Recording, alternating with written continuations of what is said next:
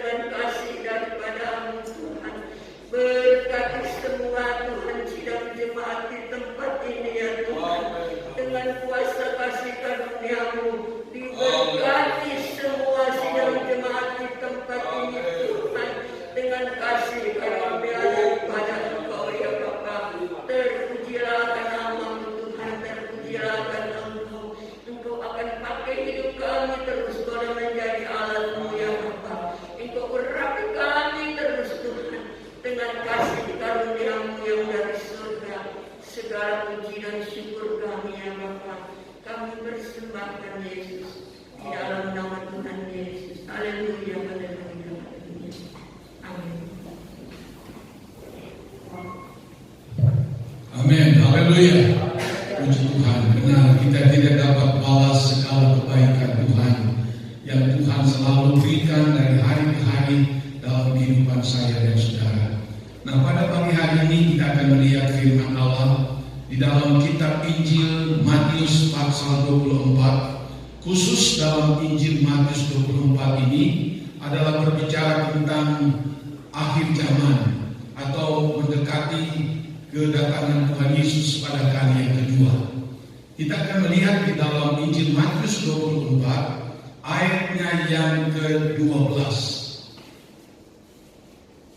Injil Matius 24 ayat 12, kita hormati pembacaan firman Allah ini. Kita akan berdiri bersama-sama. Ya.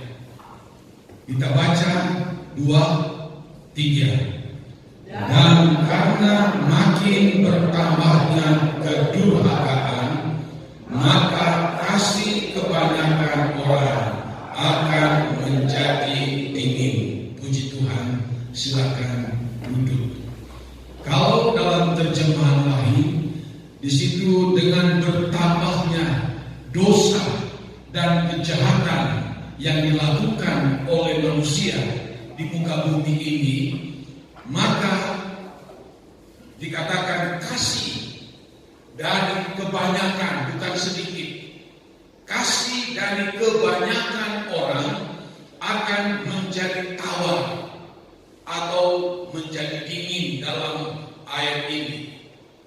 Nah, saudara-saudara, ini sangat penting. Kita sekarang sudah berada di akhir zaman.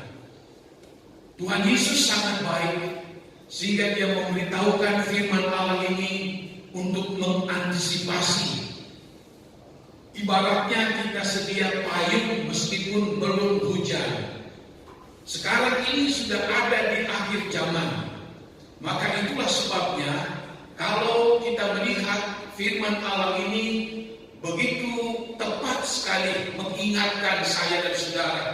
Bukan saja hanya sekedar menghimbau, tetapi ini yang harus kita lakukan. Tidak bisa tidak. Harus lebih mengasihi akan Tuhan, lebih mengasihi akan Tuhan, lebih dari apapun juga dalam dunia ini. Di dalam Injil Matius 22 ayat 37-38, di situ Tuhan Yesus berkata begini, adalah hukum yang paling utama, paling pertama dari semua hukum dari Tuhan. Kasihilah Tuhan Allahmu dengan segenap jiwamu, tubuhmu, segenap rohmu, segenap akal budimu. Ini yang Tuhan minta. Jadi mengasihi Tuhan tidak sekedar mengasihi. Mengasihi Tuhan tidak hanya 5-6-70%. Mengasihi Tuhan harus mengasihi dengan tulus, dengan sungguh-sungguh hati di hadapan Tuhan. Nah, itulah yang kita lihat bertolak dari keadaan situasi dunia yang sekarang sedang menuju kepada akhir zaman ini. Maka kita perlu mewaspadainya. Sebab apa dikatakan? Dengan bertambahnya dosa manusia, dengan bertambahnya kejahatan manusia, dengan bertambahnya kedurhakaan manusia yang ada di muka bumi ini, maka kasih dari kebanyakan orang itu, mau dan tidak mau, dia akan jadi tawar, dia akan jadi dingin. Tuhan Yesus pernah berkata di dalam satu ayat, jikalau segala sesuatu kepada Tuhan sudah menjadi dingin atau sudah menjadi tawar, maka dia akan dibuang. Nah, jadi kenapa saudara ini kasih akan menjadi dingin atau menjadi tawar pada akhir zaman ini? Karena dosa, kejahatan, kedurhakaan atau yang melawan kepada kehendak daripada Tuhan. Kita lihat dosa dan kejahatan pada akhir zaman ini banyak sekali, ya. kejahatan kejahatan moral contohnya. Bagaimana kejahatan manusia di muka bumi ini, kejahatan yang dilakukan melalui pelecehan, ya, melalui pelecehan seksual, melalui perkosaan, melalui percabulan. Oh, macam-macam sekali. Kita lihat bahwa apa yang dibenci oleh Tuhan sekarang telah diresmikan oleh berbagai negara di Amerika dan di Eropa, yaitu perempuan kawin dengan perempuan dan laki-laki bisa kawin dengan laki-laki. Padahal itu suatu dosa moral yang begitu jahat di mata Tuhan. Itu sebabnya Sodom dan Gomora dibinasakan oleh sebab karena dosa itu. Tapi kita lihat dosa ini makin merajalela di muka bumi ini. Kita lihat bagaimana dosa kejahatan juga merambah dalam soal perekonomian, soal perdagangan. Manusia begitu banyak sekali mengadakan apa yang namanya pemalsuan, ya, penipuan demi penipuan. Lalu ada merek palsu banyak sekali, ada uang palsu, apalagi persaingan dagang yang tidak sehat yang muncul di mana-mana. Dosa di bidang kejahatan atau kejahatan yang terjadi di bidang ekonomi atau perdagangan itu marak di mana-mana. Atau kejahatan itu di bidang elektronik, di mana bertambahnya pintar manusia, tapi kita lihat dosa kejahatan juga ada di situ. Kita lihat bagaimana banyak terjadi uang dikuras di bank dengan alat elektronik yang begitu canggih. Orang bisa melakukan apa saja. Tiba-tiba uangnya sudah tidak ada, melalui ATM sudah dikuras habis. Itu kejahatan-kejahatan di bidang elektronik, kejahatan di bidang kriminal. Kita juga melihat, banyak sekali pembunuhan terjadi. Orang tua bunuh anak, anak bunuh orang tua, istri bunuh suami, suami bunuh istrinya. Terjadi kejahatan kriminal hampir mungkin setiap hari kita lihat di berita-berita, makin tambah, makin marak terjadi. Kejahatan di bidang intelektual atau orang mengatakan kejahatan orang yang berdasi. Ya, sekarang ini lagi ramai bagaimana orang-orang memanipulasi orang-orang pintar, padahal ya mereka yang melakukan penipuan, mereka yang melakukan korupsi marak di mana-mana. Padahal mereka bukan orang bodoh, mereka itu punya jabatan, mereka punya titel, mereka orang sekolahan, tetapi mereka tidak puas dengan apa yang mereka miliki. Begitu banyak sekali kejahatan yang dilakukan oleh orang-orang yang dikatakan dosa kejahatan orang yang berdasi seperti itu, ya, bukan seperti saya yang pakai dasi begini, ya. Ini kejahatan banyak sekali, kejahatan yang mengatasnamakan agama. Banyak gereja dibakar, banyak orang-orang Kristen ditekan di mana-mana yang mengatasnamakan agama. Mereka lah yang paling baik, mereka lah yang paling benar dan sebagainya, dan yang lain-lain ditekan habis-habisan. Itu yang terjadi. Ini kejahatan demi kejahatan yang terjadi di mana-mana. Kita lihat juga kejahatan juga di bidang apa? Di bidang agama, ya. Banyak sekali penyesat ajaran-ajaran palsu yang muncul pada akhir zaman ini. Saudara lihat di YouTube, jangan sembarangan baca di YouTube, banyak yang palsu, banyak yang jahat, banyak yang penipu. Mesias palsu, pengajar palsu, pendeta palsu muncul di mana-mana. Karena keinginan mereka mengutamakan itu, mereka katakan tanpa mengetahui kebenaran. Lalu kita juga melihat kejahatan di bidang klinik. Banyak orang yang memakai guna-guna, banyak orang yang memakai santet. Kalau kita tidak banyak berdoa sama Tuhan, bisa usaha kita disantet orang. Banyak ilmu klinik yang muncul, bagaimana untuk bisa membuat usaha kita bangkrut. Ini kejahatan ini makin marak terjadi. Benar Alkitab katakan kedurhakaan makin bertambah di muka bumi ini, dan kasih dari kebanyakan orang dia akan menjadi tawar atau menjadi dingin. Kejahatan dan kedurhakaan atau dosa itu akan menimbulkan kesukaran, menemukan penderitaan. Di dalam 2 Timotius 3, dunia ini akan makin bertambah sulit, akan makin bertambah sukar. Ditambah lagi dengan orang-orang yang jahat dan berdosa, orang-orang yang durhaka ini lebih menambah lagi kesukaran dan kesulitan manusia yang ada di muka bumi ini.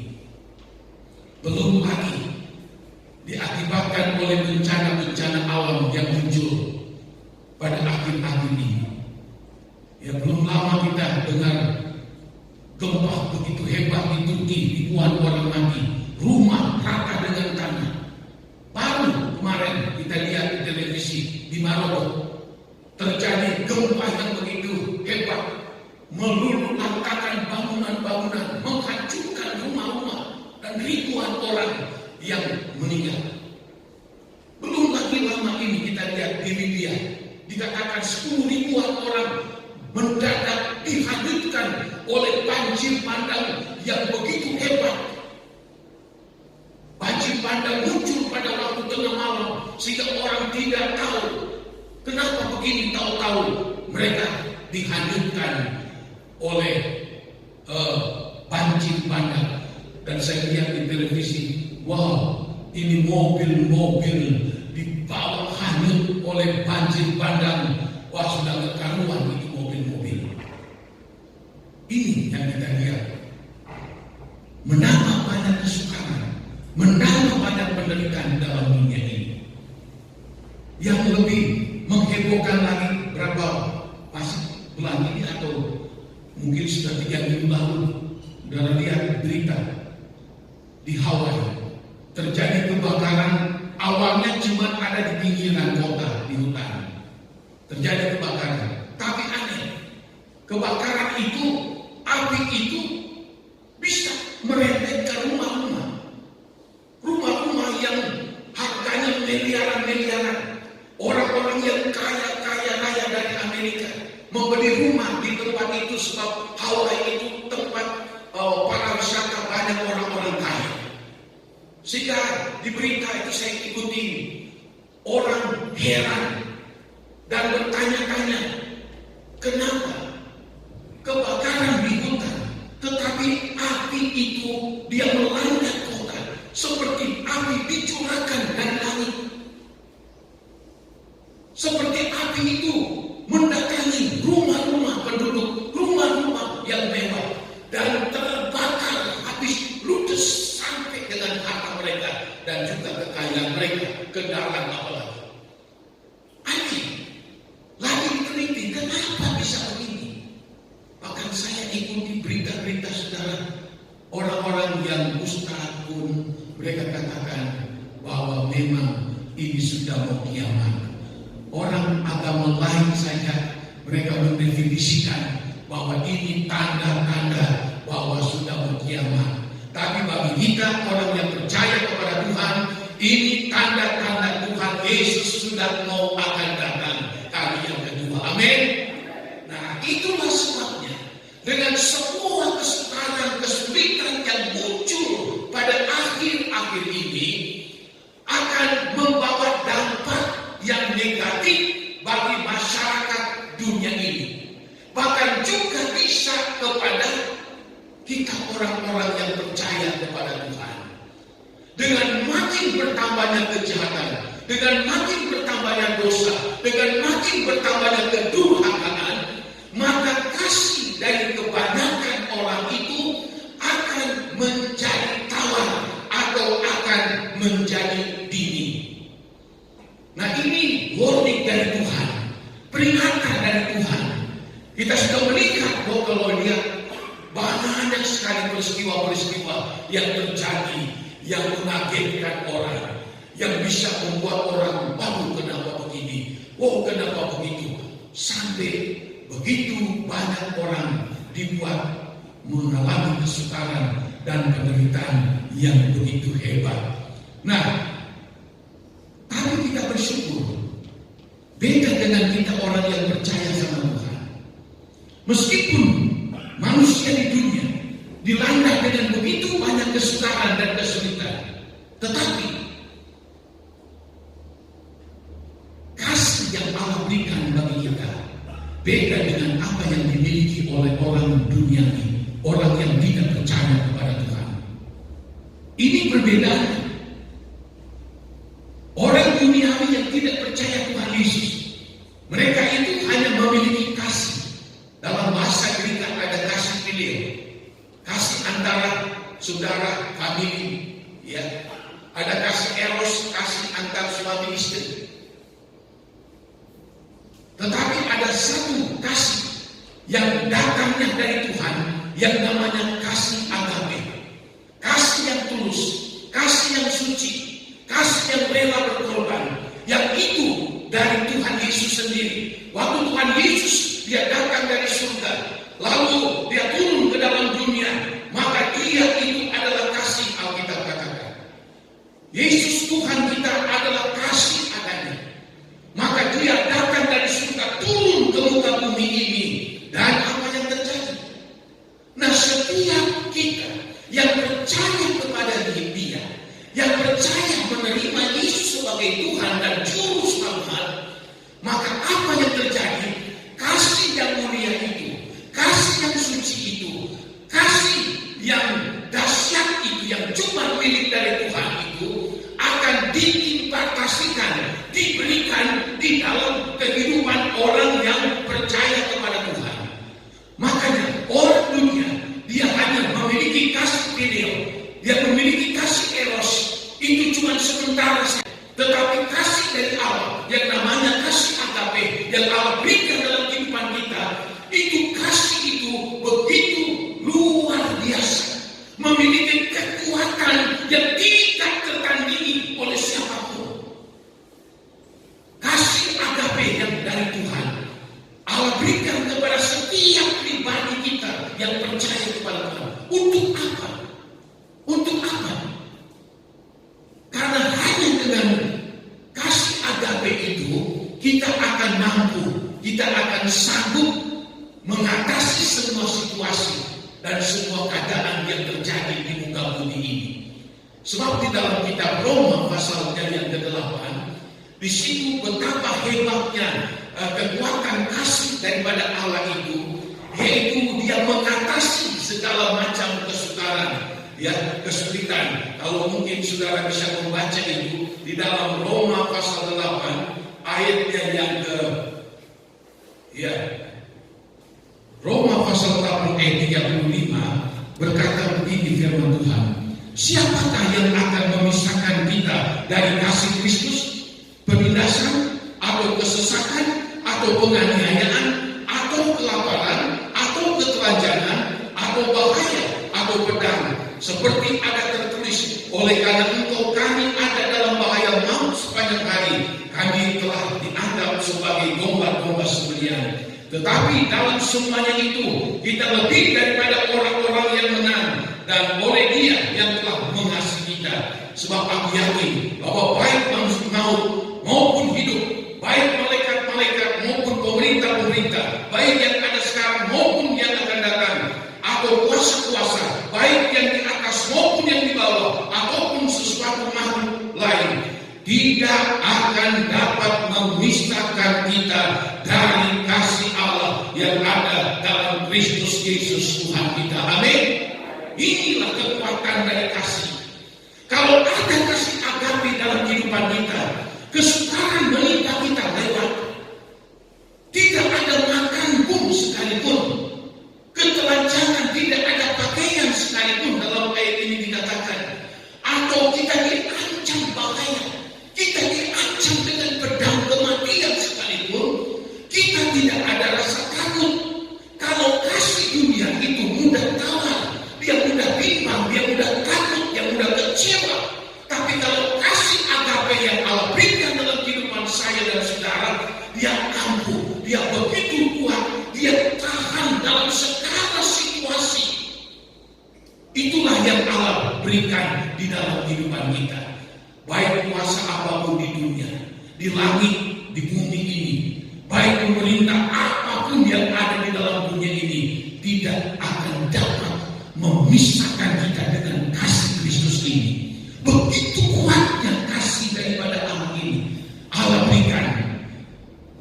Saudara mungkin menganalisa atau berpikir begini, saya juga mungkin bisa dapat kasih itu di luar Yesus. Coba cari timur, barat, selatan, utara, tidak akan ketemu. Malah yang ketemu, malah kita akan bingung, kecewa. Kita akan melihat hal-hal yang justru akan membuat kita lebih masuk di dalam kedurhakaan. Ini kehebatan kita. Agama lain tidak memiliki kasih agape. Agama lain tidak memiliki kasih agape ini. Saudara, bukan seluruh dunia cari kasih agape, cari kasih Allah yang kudus, yang suci, yang murni, yang rela berkorban sekalipun tidak ada. Itu hanya ada di dalam Yesus Kristus. Dan begitu hebatnya Tuhan Yesus, Dia mau memberikan timbal kasih dan kasih itu untuk saya dan saudara. Tujuannya apa? Supaya kita nanti melewati masa yang sulit, melewati masa yang sukar, sehebat apapun, kita tidak tergoyahkan. Kita akan tetap terus mengasihi akan Tuhan. Mau dijadikan apapun, kita tetap mengasihi Tuhan. Banyak sekali bukti di dalam Alkitab.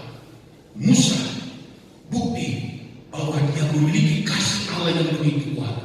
Daud, Sadrak, Mesak, Abednego, Daniel, rasul-rasul begitu memiliki kasih agape yang kuat. Bahkan ancaman kematian pun mereka tidak takut sama sekali. Ini kasih ini yang perlu kita miliki dalam kehidupan ini. Kasih ini akan memelihara hidup kita di dunia, bahkan nanti akhirat. Sebab Tuhan ingin kita mengasihi Dia dengan sungguh-sungguh.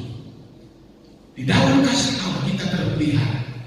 Di dalam kasih Allah kita terlindungi. Di dalam kasih Allah kita akan melihat pembelaan dari Tuhan. Di dalam kasih Allah itu kita menemukan jalan-jalan keluar meskipun sulit dalam menghadapi situasi apapun. Sebab kasih mengalahkan apapun juga. Karena Allah itu kasih adanya. Firman Allah katakan. Nah, saudara-saudara, kenapa kita harus memiliki kasih?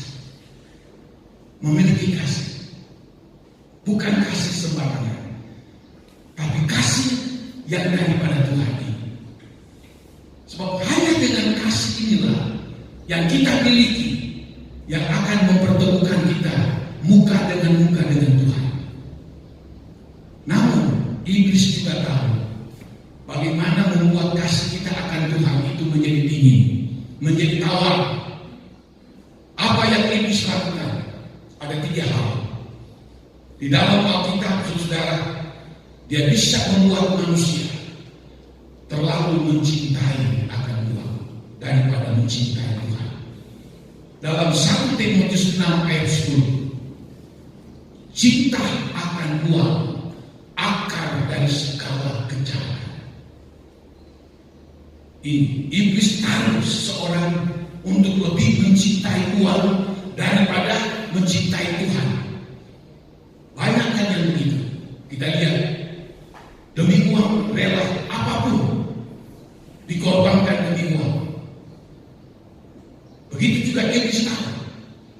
Kalau seorang itu sudah sangat mencintai uang, Alkitab katakan dalam 1 Timotius 6 ayat 10 bahwa mencintai uang adalah akar dari segala kejahatan yang terjadi. Karena cinta uang, iblis tanamkan. Kedua, yaitu mengasihi akan diri sendiri. 2 Timotius 3 ayatnya yang kedua di sini dikatakan, pada akhir zaman akan terjadi masa yang sulit, maka manusia akan mengasihi dirinya sendiri. Karena bertambah sulitnya keadaan dunia ini, bertambah sukarnya. 2 Timotius ayat 1, 2, 3. Apa yang terjadi? Maka manusia akan lebih mencintai dirinya sendiri daripada mengasihi akan Tuhan. Lalu yang ketiga, di dalam 1 Yohanes 2 ayatnya yang ke-15-16, manusia diarahkan iblis untuk lebih mencintai dunia ini dan apa yang ada di dalamnya. Itu sebabnya firman Allah katakan 1 Yohanes 2 ayat 15-16, jangan kamu mengasihi dunia ini dan dengan apa yang ada di dalamnya, di dalam dunia ini.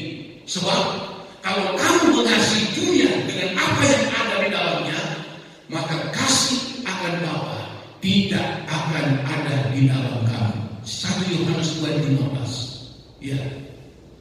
Kasih akan Bapa tidak ada di dalam orang itu.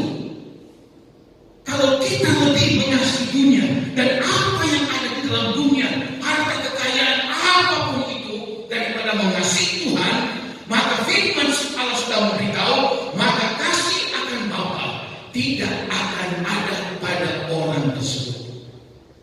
Makanya iblis akan arahkan manusia, termasuk kita orang Kristen, bagaimana membuat mereka menjadi dingin kasihnya, kalah kasihnya. Dia arahkan untuk mencintai uang. Untuk apa? Mencintai diri sendiri. Untuk apa? Mencintai dunia dan apa yang ada di dalamnya. Sebab iblis tahu, kalau manusia sudah masuk dalam jalan 3 hal ini, jangan harap dia selamat.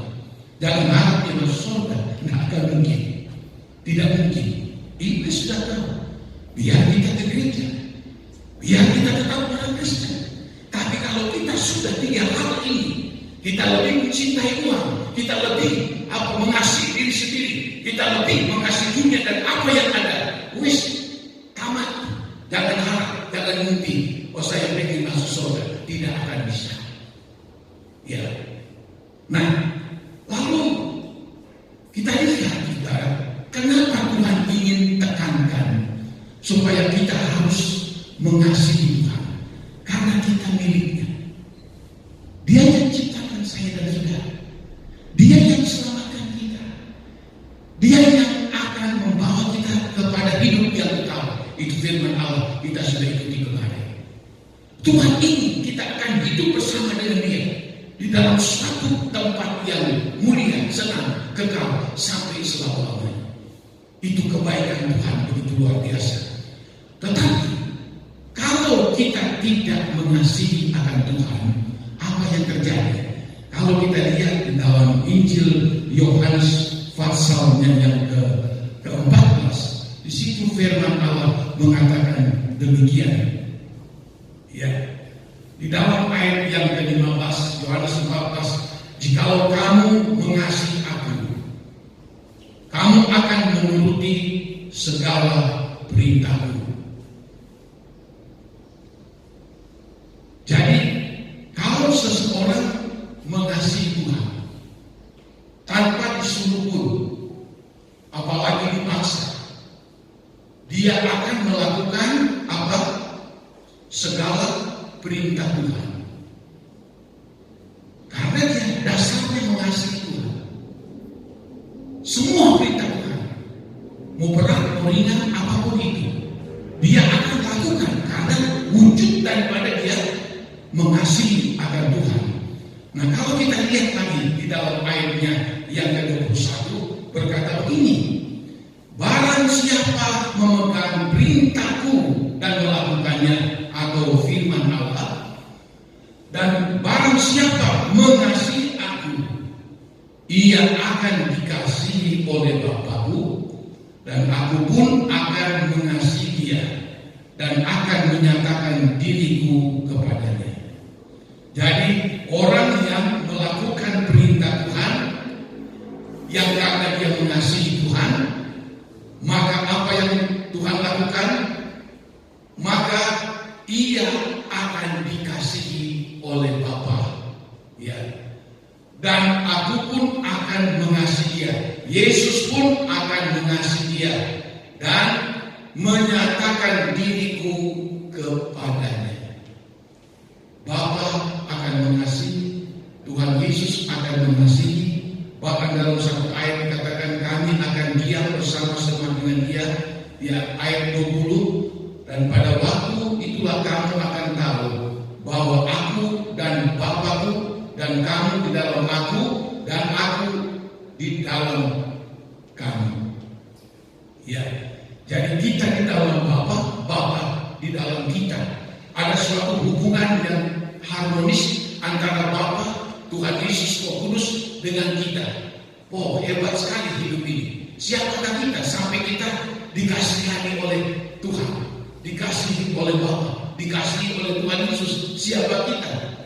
Lalu dikatakan dalam ayatnya yang ke-23, jawab Yesus, jika seorang mengasihi aku, ia akan menuruti firman-Ku, dan Bapa-Ku akan mengasihi dia, dan kami akan datang kepadanya dan diam bersama-sama dengan dia. Siapa yang mengasihi akan Tuhan, yang menuruti akan firman Tuhan, maka Bapa Tuhan akan mengasihi dia. Lalu dikatakan dalam ayat ini, kami akan datang, Allah Bapa, Allah Anak, Roh Kudus, kami akan datang kepadanya dan kami akan tinggal bersama-sama dengan dia. Oh, hebat sekali sudah. Siapa kita sampai Allah Bapa, Allah Anak, Roh Kudus dia akan tinggal cuman karena kita mengasihi dia, cuman karena kita itu melakukan perintah-perintah Tuhan. Nah, ayat 24, barang siapa tidak mengasihi aku, ia tidak menuruti firman-Ku, dan firman yang kamu dengar itu bukanlah daripada aku, melainkan dari Bapa yang mengutus aku. Tuhan Yesus katakan, barang siapa tidak mengasihi aku, ia tidak menuruti firman Tuhan. Jadi poinnya apa? Kalau dia tidak mengasihi Tuhan, tidak mungkin dia akan menuruti firman Allah. Sebaik apapun firman Allah, 1 minggu 2 kali mungkin dia dengar firman Allah, sering kali dia datang ke gereja dan dengar firman Allah, tetapi sayang sekali dia tidak ada rasa kasih akan Tuhan. Maka Yesus sendiri yang katakan, maka pasti orang itu tidak akan mau menuruti akan firman Tuhan. Pasti dia akan berat sekali menuruti akan perintah-perintah dari Tuhan. Siapa yang rugi? Bukan Tuhan, kita yang rugi. Jadi mengasihi Tuhan, ada tindakan lanjutnya melakukan firman Allah, dan Allah Bapa, Anak, dan Roh Kudus menyatu, dan dia akan tinggal di dalam kehidupan kita di dunia ini, bahkan sampai nanti kita di akhirat kekal sampai selama-lamanya. Lalu dikatakan di dalam Alkitab juga bahwa 1 Korintus 16 ayatnya yang ke-22 ini firman Allah katakan, saudara, 1 Korintus pasalnya yang ke-16 ayatnya yang ke-22 berkata begini, siapa yang tidak mengasihi Tuhan, terkutuklah ia. Maranatha, Maranatha atau Tuhan datanglah. Yang tidak mengasihi Tuhan, maka firman Allah memberitahu orang itu akan terkutuk. Bukan berkat yang kita temukan, bukan keselamatan yang kita dapati, bukan kehidupan kekal yang kita dapati, tetapi kutuk yang akan terjadi dalam kita. Kenapa? Karena tidak mengasihi akan Tuhan. Setiap kali saya berdoa, saya terus minta Tuhan, Tuhan, penuhi saya dengan kasih, penuhi saya dengan kebenaran, dan penuhi saya dengan Roh Kudus-Mu. Karena saya tahu ini penting sekali dalam kehidupan kita. Kita menjadi orang Kristen yang lumpuh, kita menjadi orang Kristen yang tidak berdaya, kita menjadi orang Kristen tidak bertumbuh, kita menjadi orang Kristen yang tidak berbuah. Jikalau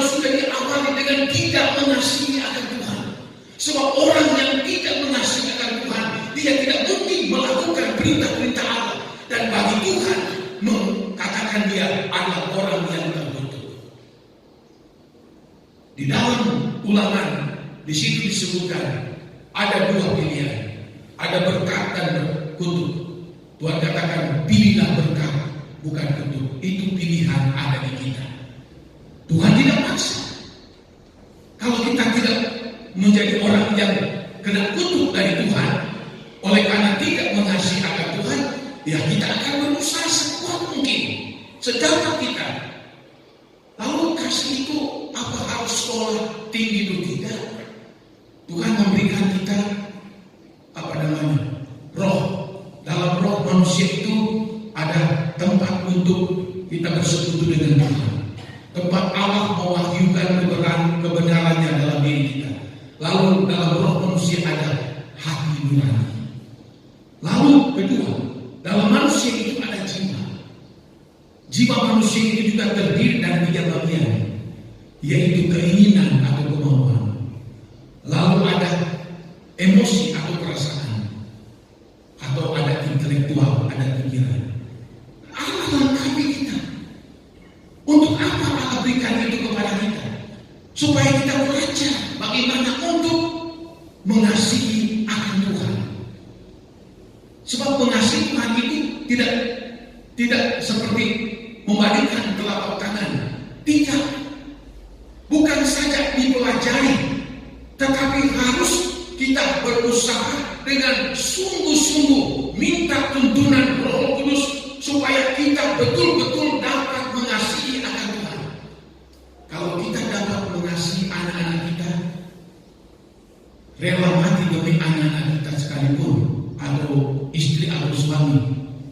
Lalu begitu juga kasih kita kepada Tuhan.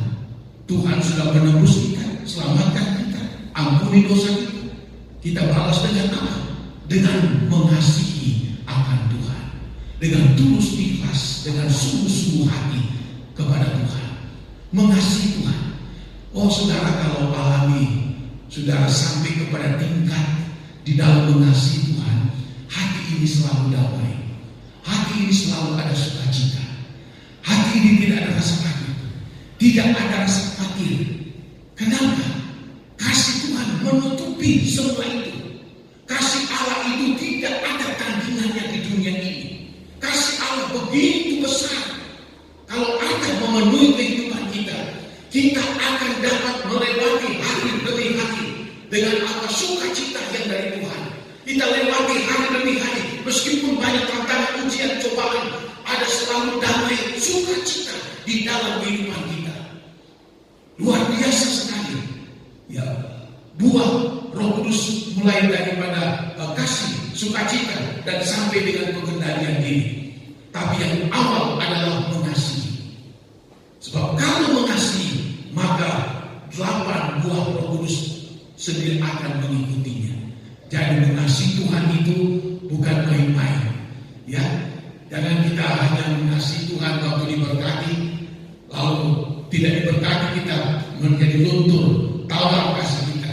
Mau susah mau senang, ada berkat atau tidak ada berkat, tetap tidak melunturkan kasih kita kepada Tuhan. Tidak. Nah kalau ada cobaan, ujian, tantangan, lalu kasih kita berkurang, wah itu tandanya bahwa kita belum sungguh-sungguh kepada Tuhan.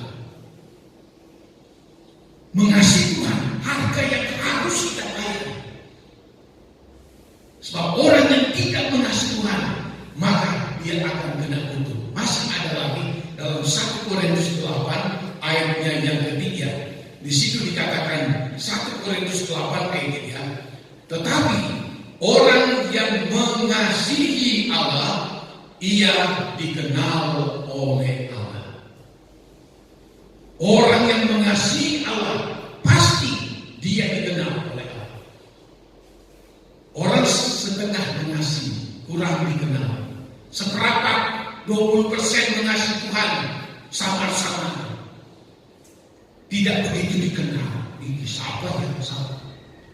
Tapi orang yang mengasihi akan Tuhan, siapapun kita, saudara-saudara, apapun status kehidupan kita, tapi kalau kita betul-betul mengasihi akan Tuhan, Tuhan itu sangat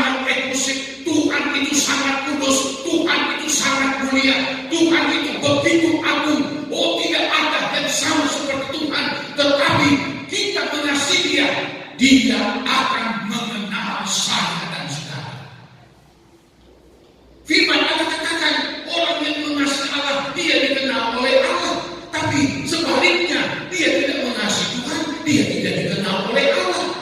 Sedikit mengasihi, hanya sedikit dikenal Tuhan.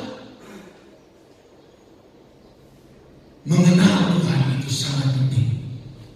Ingat saudara, waktu 5 anak darah bodoh tertinggal, entah dapat minyak dari mana mereka cari itu ruangan pesta. Mereka ketok pintu, Tuhan bukalah kami pintu. Pintu sudah ditutup. 5 anak darah yang bijaksana sudah ada di dalam, menikmati pesta dan kemuliaan kesenangan bersama dengan Tuhan. 5 yang bodoh berkata, Tuhan bukakanlah kami pintu. Apa jawab yang ada di dalam si yang mempunyai pesta? Itulah Tuhan. Aku tidak mengenal kalian. Tuhan tidak kenal. 5 anak darah bodoh. Siapa mereka? Orang Kristen. Tapi mereka tidak sungguh-sungguh mengasihi Tuhan.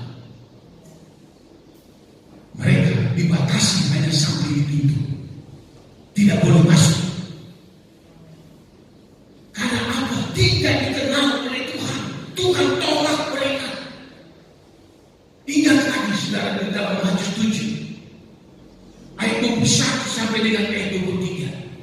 Di situ dikatakan bukannya setiap orang berseru kepadaku Tuhan, Tuhan, masuk di dalam kerajaan Allah, tapi hanya mereka yang melakukan firman Allah. Ayat 23 berkata, maka pada saat itu datanglah orang-orang dan berkata, Tuhan, bukankah kami sudah melakukan mujizat demi nama-Mu? Oh, ternyata mereka berdoa.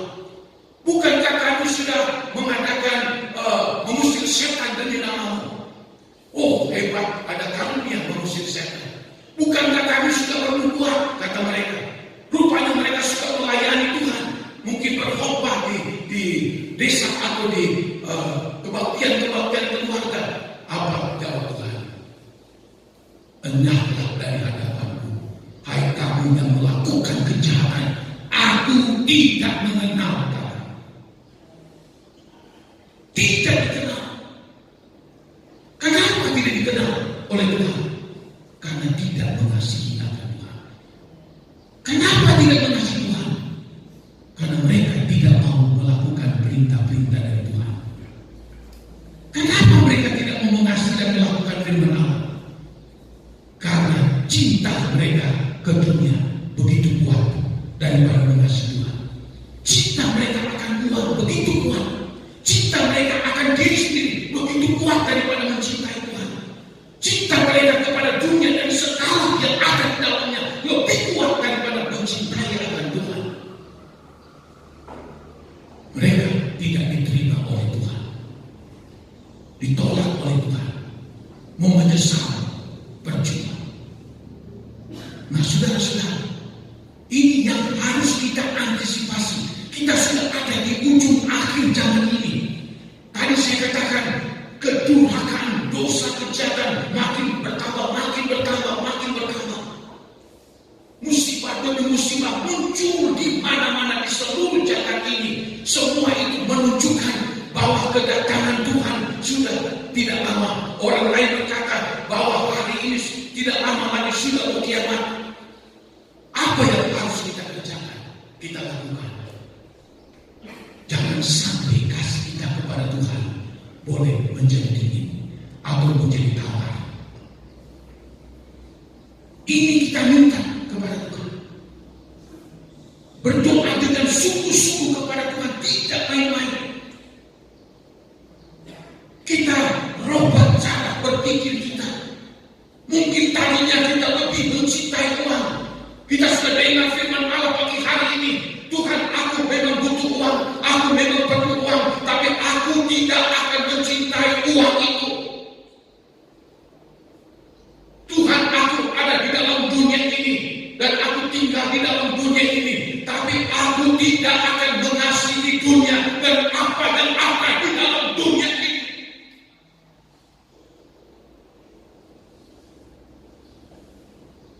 Kalau memiliki prinsip yang kokoh, yang kuat, menolak semua hal-hal yang seperti itu, maka kita kembali kepada kasih yang Alkitab sudah katakan, mengasihi Dia dengan sungguh-sungguh hati di hadapan Tuhan. Siapapun kita, Tuhan tidak melihat latar belakang hidup kita, apakah dia dari suku apa, dari keluarga mana, status sosialnya seperti apa. Tidak, Tuhan cuma minta kita mengasihi Dia dengan segenap hati kita. Dunia, orang dunia, saudara putar seluruh dunia, mereka tidak memiliki kasih yang seperti Allah berikan dalam hidup kita. Sebab apa? Kasih yang sempurna, kasih yang tulus, kasih yang rela berkorban, kasih yang murni, kasih yang mulia, itu cuma ada di dalam Yesus Kristus. Dan dahsyatnya, kasih yang mulia itu Dia bisa berikan kepada kita karena kita percaya menerima Yesus sebagai Tuhan dan Juru Selamat. Kita cuma menerima itu anugerah, tapi jangan kita tidak pakai itu, jangan kita bahasa bodoh itu. Kita harus tangkap itu kasih agape itu, tinggal di dalam diri kita, lakukan apa yang dikatakan oleh Tuhan. Maka itulah kita menjadi bukti bahwa kita betul-betul mengasihi akan Tuhan. Sebab dikatakan 5 anak darah bodoh orang Kristen, mereka yang dalam Matius 7 orang Kristen mengusir setan, mengadakan bernubuat, mereka mengadakan mujizat, hebat, tapi Tuhan tolak. Aku berkata, aku tidak mengenal kalian. Ini yang sangat menyedihkan. Seperti 5 anak darah bodoh sudah di pintu gerbang surga, tapi ditolak, pintu tidak dibuka. Jawabannya yang sangat menyedihkan, aku tidak mengenal kamu. Oleh sebab karena aku tidak mengenal kamu, karena apa? Karena kau lebih mengasihi uang daripada Tuhan, lebih mengasihi diri sendiri daripada mengasihi Tuhan, lebih mengasihi dunia dan apa yang ada di dalamnya, maka engkau ditolak. Tidak ada kasih Allah. Saudara-saudara, Yesus sudah sebutkan akhir zaman, kedurhakaan, kejahatan, dosa akan bertambah-tambah. Dan kita lihat sekarang, dan kasih kebanyakan orang akan menjadi dingin atau menjadi tawar. Saya sebagai hamba Tuhan terus berdoa sama Tuhan, jangan sampai kasih ini akan jadi dingin, jadi tawar. Biar kita minta Tuhan, bakar saya dengan kasih Tuhan. Saya akan mati mencintai Tuhan, mengasihi Tuhan dengan sungguh-sungguh. Sebab apa? Mengasihi Tuhan tidak ada hukum yang melarang, tidak ada. Kalau kita sudah mengasihi Tuhan dengan sungguh-sungguh, apa yang terjadi efeknya? Yang tadi efek rohani, kita dikenal Tuhan, kita selamatkan dan macam-macam. Tapi ada efek jasmani dalam hidup kita. Suami yang mengasihi Tuhan, pasti dia akan sangat mengasihi istrinya. Istri yang mengasihi Tuhan, pasti dia akan mengasihi suaminya sungguh-sungguh. Anak-anak yang mengasihi Tuhan, pasti dia akan mengasihi orang tuanya dengan sungguh-sungguh. Begitu juga sebaliknya. Kasih itu begitu luas, begitu kompleks kasih Allah ini, memiliki keuntungan baik secara rohani maupun juga secara jasmani. Dan kita akan menghadapi hidup ini dengan tenang, dengan sukacita, tidak rasa khawatir, tidak rasa takut, karena kasih itu melampaui kehidupan kita. Jangankan cobaan, jangankan kesukaran, kesulitan hidup, mati di depan, sudah di depan kita tidak tahu. Rasul-rasul sampai, siapa yang dapat memisahkan aku dengan kasih Tuhan? Tidak. Mau kematian kan tidak bisa memisahkan dengan kasih Tuhan. kasih itu Alkitab katakan dia mengikat dalam Kolose, mengikat dan mempersatukan. Kalau kita memiliki kasih agape, kasih Allah ini terus dalam kehidupan kita, dia akan mengikat kita di dunia, dia akan persatukan kita di dunia, bahkan sampai kita bersama-sama dengan dia di dalam kerajaan surga yang kekal sampai selama-lamanya.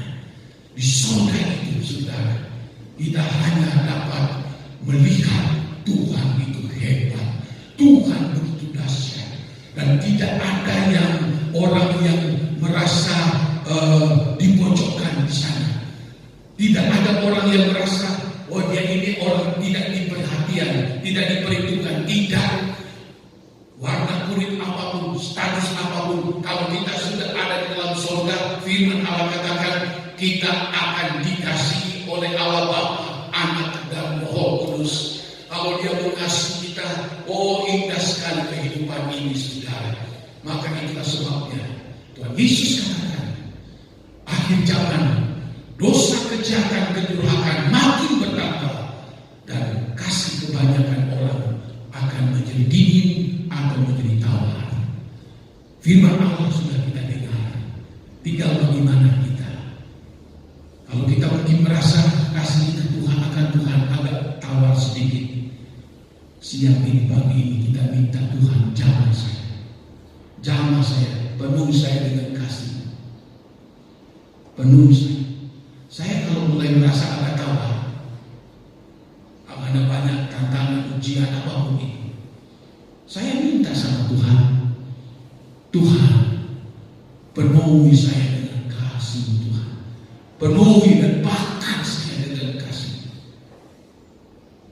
dengan air mata kesungguhan meminta sama Tuhan. Dan saat itu seperti ada sesuatu yang turun memenuhi hidup ini. Lalu sesuatu yang indah terjadi. Kita betul-betul mengasihi Tuhan, kita betul-betul mencintai Tuhan. Luar biasa, meskipun kita tidak lihat, tapi rasa kasih Tuhan begitu kuat di dalam kehidupan ini. Dan buktinya kita ada sukacita, ada damai sejahtera di dalam kehidupan ini. Maka itulah yang akan menguatkan kita, memampukan kita dalam menghadapi situasi seberat apapun di dalam dunia ini. Tuhan berkati kita masuk di dalam doa. Haleluya. Yesus indah dalam hidupku, menghiasi hati dan jiwa.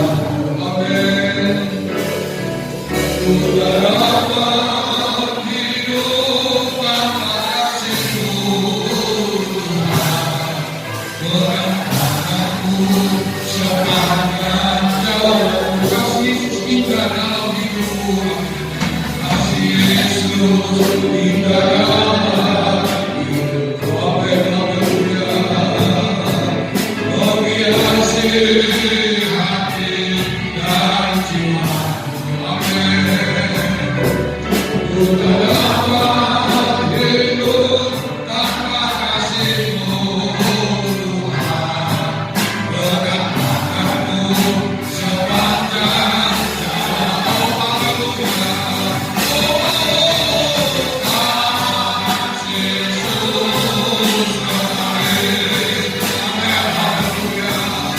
Yeah.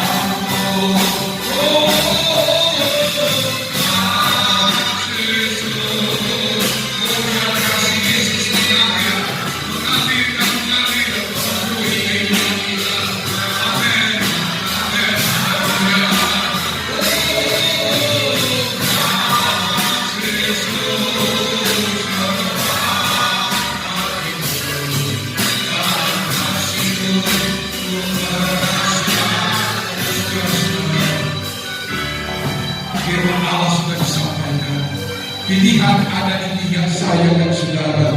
Kita boleh memilih mengasihi Dia, atau kita boleh memilih untuk tidak mengasihi Dia. Kita boleh memilih sungguh-sungguh mengasihi Dia, atau kita memilih setengah-setengah mengasihi Dia. Tetapi ada resiko di balik daripada itu. Tuhan ingin kalau benar-benar kita mengasihi akan Dia, kita akan melihat kemuliaan Allah, kebaikan Allah, pertolongan Allah, pembelaan daripada Allah, jaminan dari Allah akan Dia berikan dalam kehidupan saya dan saudara. Tapi apakah itu benar-benar mengasihi akan Tuhan?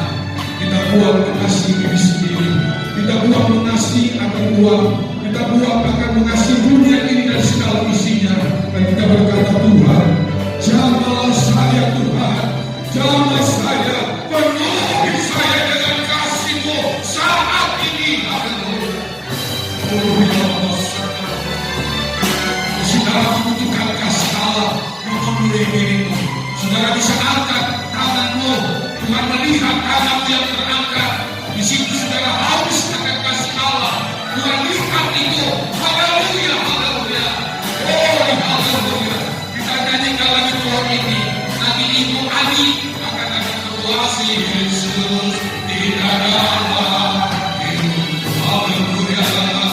Oh, bagi hasil hadirat imanmu.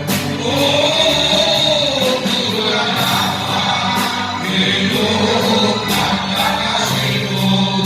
Tuhan, Tuhan Tuhan, sepanjang